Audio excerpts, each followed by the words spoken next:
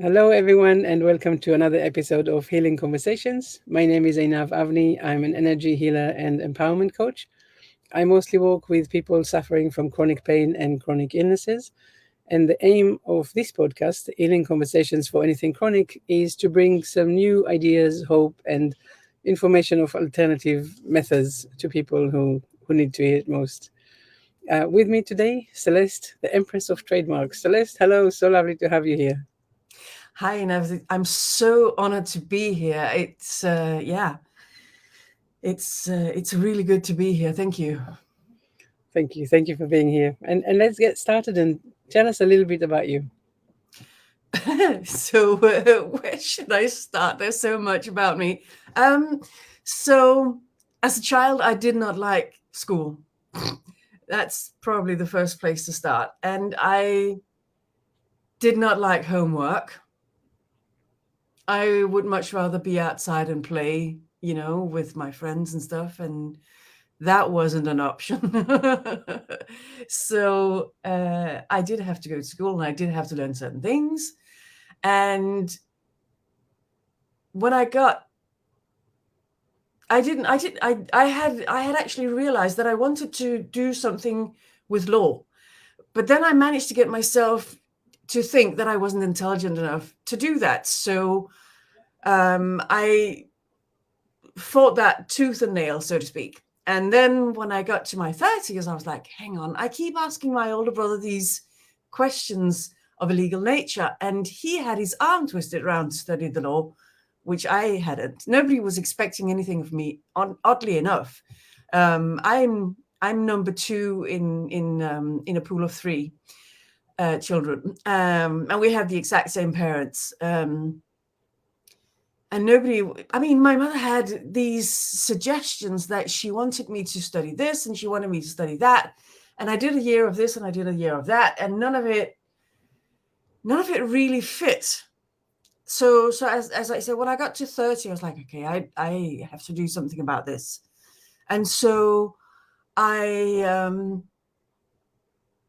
looked at 5 females around me. I was very much an equestrian person at the time, so I would be riding a lot. I didn't have my own horse yet. What I did though was I looked at the females around me at my equestrian club, and I thought to myself, she studied the law and she's not more intelligent than me. If she can do it, then so can I. I did that with 5 different people. And so I thought, okay, if they can do it, then so can I. So it still took me 4 more years to pluck up the courage to actually apply to University of Copenhagen, because I didn't tell you I was born in Denmark. I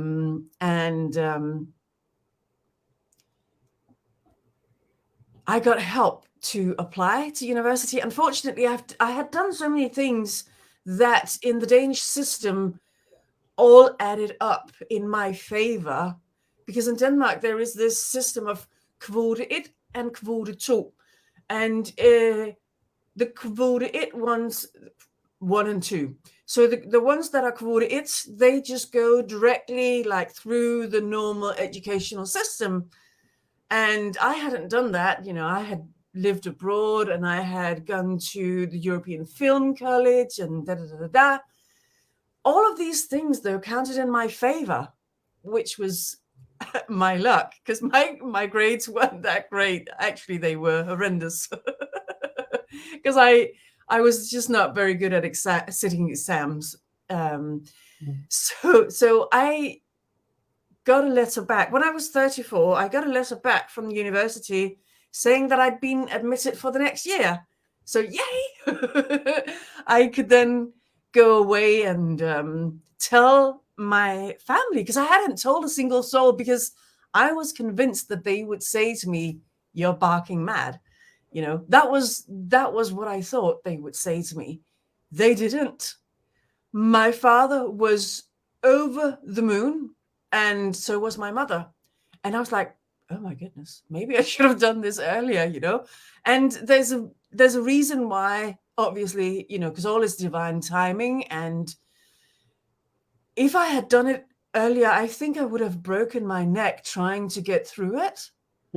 So I needed kind of the maturity and the tenacity, because what happened was I failed most of the subject of the first year.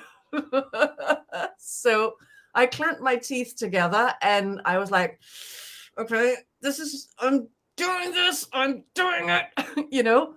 And I think that's the only reason that I was able to get through it, because as you know, and what your listeners would know in a second, is that I am somebody who experiences life with dyslexia. And I say it this way deliberately to disentangle myself from the label, because labels can be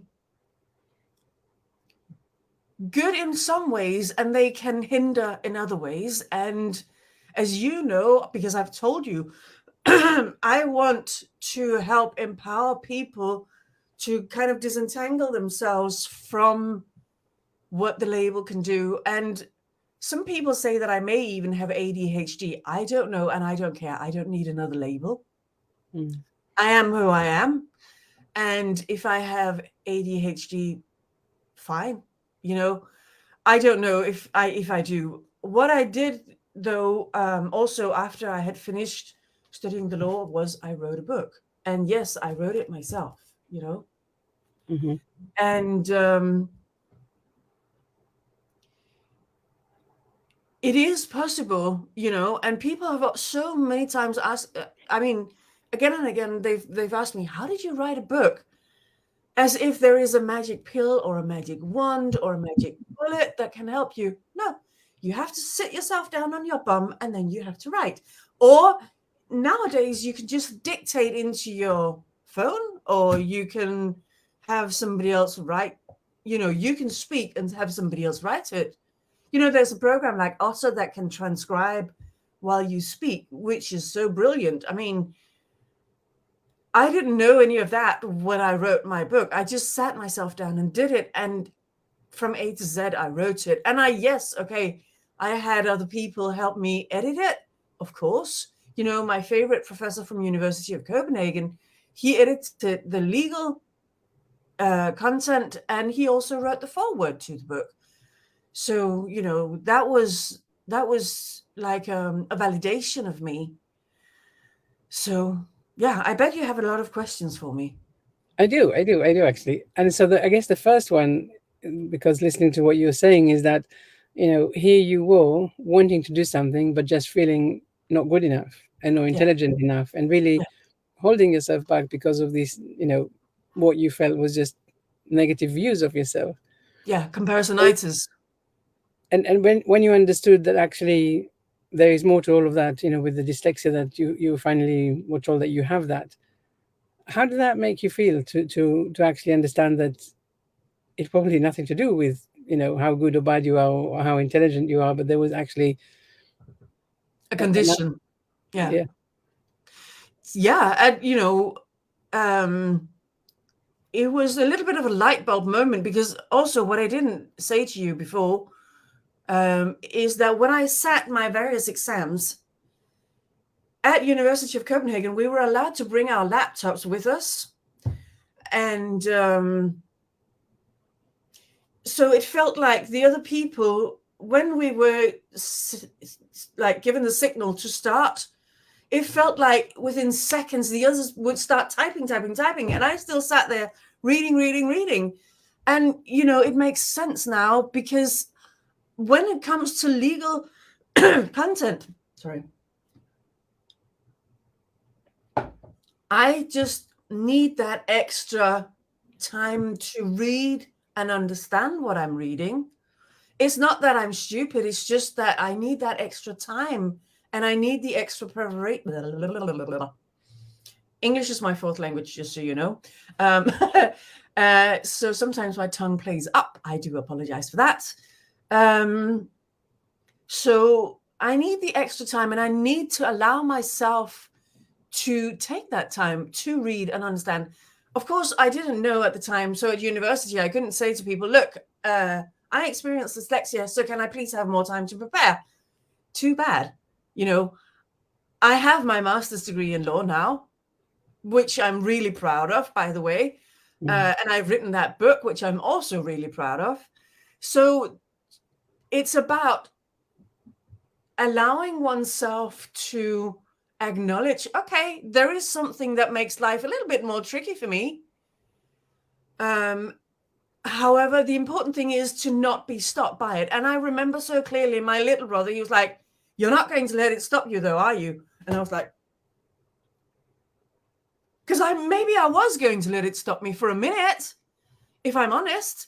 And then I was like, hang on, no, why would I do that? It hasn't stopped me before. Why would I let it stop me now?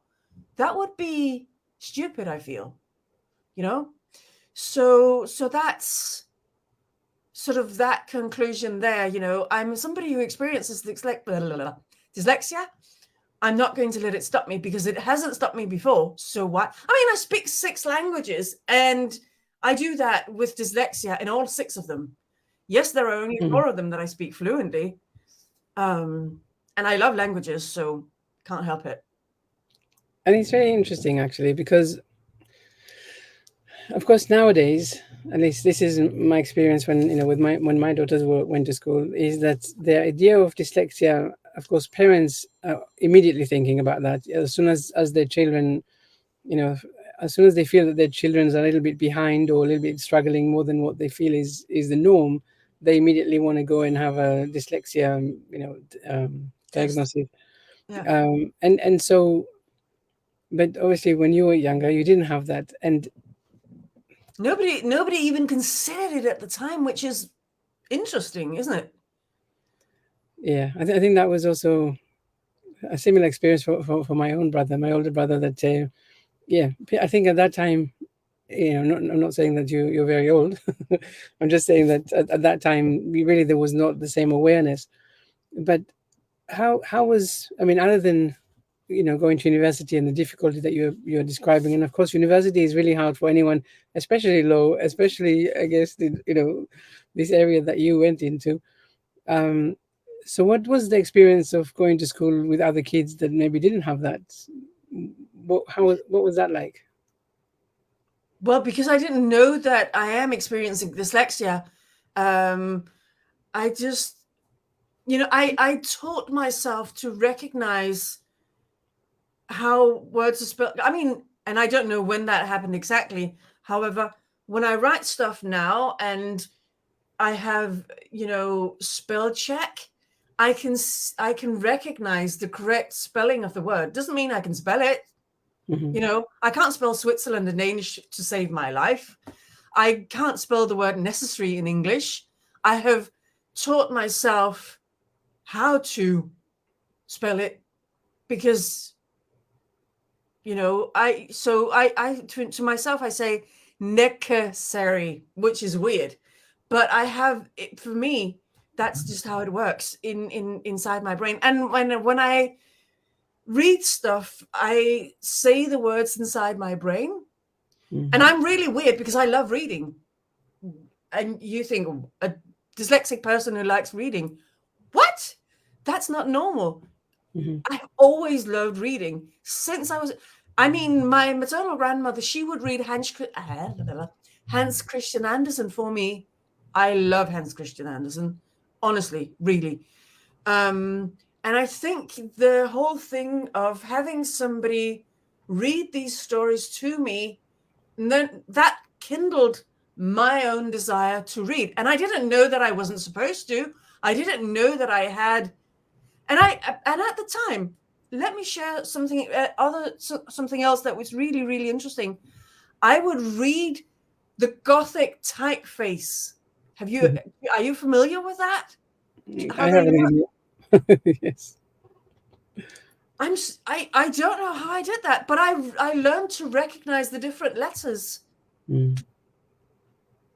I mean, it just goes to show how interesting our brain is and how it can cope with so many things. And, even sometimes when people show stuff that is flipped upside down and backwards, I can even read that. And how weird is that?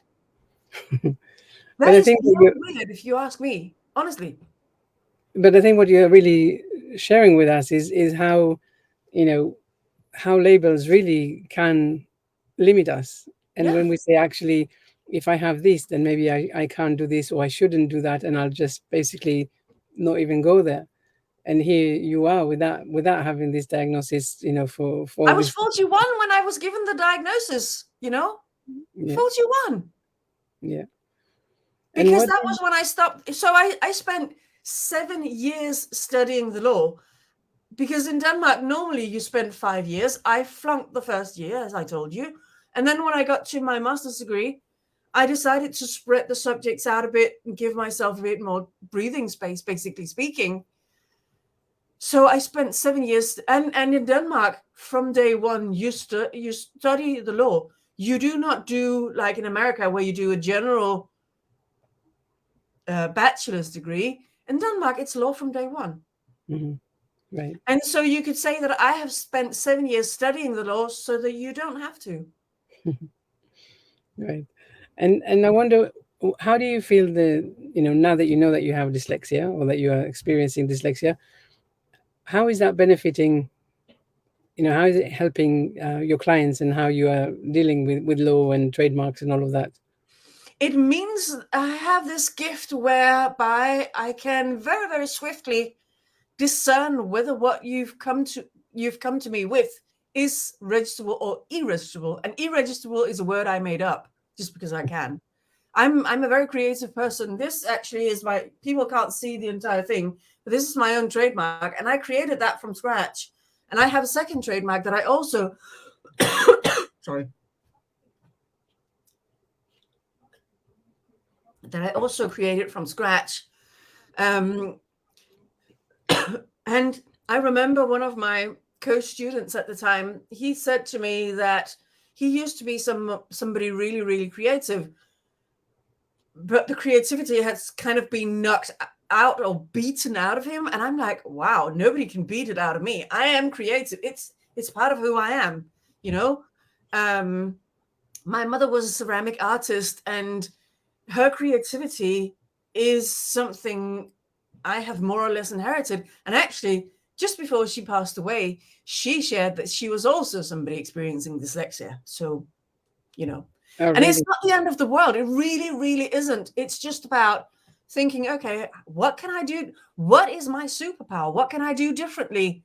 And something that I'm wanting to do differently, and you asked me before we came on, is that I want to help the people that are creating logos and brands for their clients from the legal perspective, because yes, they are brilliant. I couldn't have done this thing without a graphic designer. Obviously, of course I couldn't, because I'm not. So I created it from scratch, and then have had someone beautify it, if you want, or make it even more professional. Yeah. So what I'm aiming for is to help these amazingly wonderful, beautiful creatures who are creating logos and brands for their clients. I want to help them from the legal perspective so that their clients don't get disappointed when they come to me and I say, I'm sorry, this is irregistrable, because that is devastating. And that means that they've wasted time, money, and energy, because what you do is when you create something like that, you pour your heart and soul into it. Yeah. Honestly, you really do. I Yeah. know, because I've created two of my own. And to be told that it's irregistrable is like, so and they get really attached to that thing. And so by having somebody like me in their corner in the step before they come to me is even better for them, because it means that I will have helped tweak it so that from my perspective, which is the legal perspective as well as the creative one, but I'm mainly the legal perspective, then they are much safer. And because people say to me, oh, but it's so beautiful. And I'm like, yes, I'm not criticizing how beautiful it is. Yeah. That's not the point here. It's the legal side of it. And when you come to applying for something as a trademark, there are just certain things that have to be there in place, because otherwise it's irregistrable. And it's Yeah. just too sad, in my honest opinion. Yeah. So we'll touch, I think, a little bit more about the trademark because, as I said before, I think it really is. This is your story. This is who you are. But I just want to go back for a second to go back to the topic of the conversation about redefining, you know, your success story with dyslexia. Also, at the beginning, we said we want to give hope to people who are suffering or experiencing dyslexia. Yeah. What are some tips that you can give people to help them see that actually, you know, it doesn't have to define them necessarily. Maybe there will be more challenges or different challenges than maybe other people. But what is your message to these people that are experiencing dyslexia? Keep doing what it is that you absolutely love inside of you, because that's the most important thing. I love trademarks. So it's important, and allow yourself that extra time to understand what, if you have to study something for your own sake, or if you want to study something, even more importantly, if you want, I wanted to study the law so badly that it didn't become an issue that I didn't understand what was going on, because I didn't at the time. Mhm. So give yourself permission, and I mean permission here. That's the important thing, because we tend to not give ourselves permission. So give yourself permission to take that extra time to understand what it is that you want so badly. Give yourself permission, and Mhm. and just clap your teeth down and just be like a bull terrier, and just, hold on, and don't give up on yourself, because I nearly did give up on myself, and I'm so glad I didn't, because,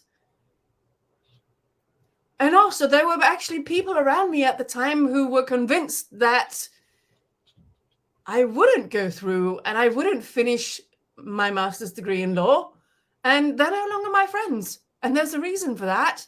Thank you very much, um, for not having faith in me. That means that you're not going to be part of my life anymore. Yeah, yeah, And it's okay that, it's okay. Some people come to us for a reason, for a season, or a lifetime. And those who can embrace all of who we are, those are the keepers. Those are the important ones. And it may be that our families don't understand us, and that's fine too. I actually have made a conscious decision to love my older brother more. mhm, We're very different, he and I. And I can't I can't say to him, you have to change. No, I have to change. So I changed my perspective of him, you know? And if it's somebody that we want to keep in our life, deciding to love them more is actually a really, really powerful thing. yeah, It really is. It really, really is. And my Canadian well-being coach, she keeps saying to me, love is the way and the way is love. And I'm like, yeah, because I have proof with my older brother. I love yeah, him. Even though as children we were like banging mm, our heads together, and I was suffering from comparisonitis, because I felt that he was more intelligent than me, because he had his arm twisted around and had to study the law. He hated it. mm, He yeah, hated it. Imagine that. Imagine yourself in a situation where you bloody well have to study something. I'm sorry, I swear. Because you have your arm twisted round instead of doing what's in your own heart. I was lucky. Nobody was expecting anything of me. You know, yeah, it's weird to say that it's lucky. And it, it may not be luck as such, but it gave me space to be me.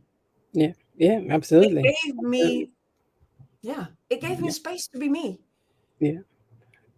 So before we kind of finish the conversation today, tell us a little bit about what you do with the trademarks. Really, what you know, a little bit about that side of you.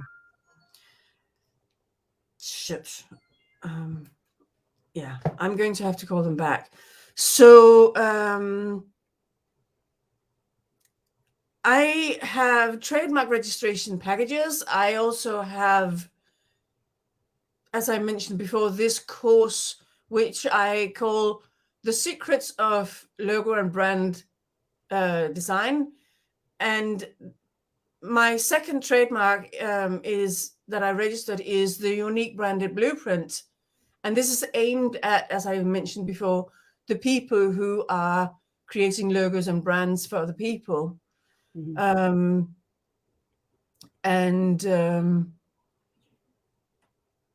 That's what I want to, because I really want to be that change agent or that disruptor who is focusing on those people so that I can help them make even better logos and brands for their clients, so that when they come to me or somebody like me, because it's not just me who registers trademarks, it's a much higher probability of what they've got becoming registered. Yeah. You know? Yeah. Because it's a really important thing, because it is costly to have your logo and your brand designed properly, because it's not something that you should go to like AI and have created, because you risk that what gets created is something that's already in existence.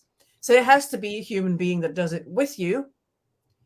And then if there's somebody with my knowledge, which is the legal perspective, that makes it even more powerful and even more registerable in the end. Yeah. And we're going to have the link to this course in the links, the social links that we're going to share for you. Great. So we will do that. Celeste, thank you so much for being here with us today, and for for your wisdom and for sharing your story with us. It's wonderful to hear that, and I really do believe that it's going to bring some hope and inspiration for people who are experiencing dyslexia, because there's definitely we can take the label and cover ourselves with that, or we can say, yes, I have that, or I'm experiencing that, and yet this is something that I want to do differently. And so the invitation is there for people to really go deeper into what calls them, and go on that journey. So thank you And so much for. if this gives them hope, then I'm on cloud nine, Yes, exactly. Wonderful. Well, thank you so much again for being here with us today, and thank you for everyone listening. Thank you. Thank you so much for having me. I really appreciate it. Thank you.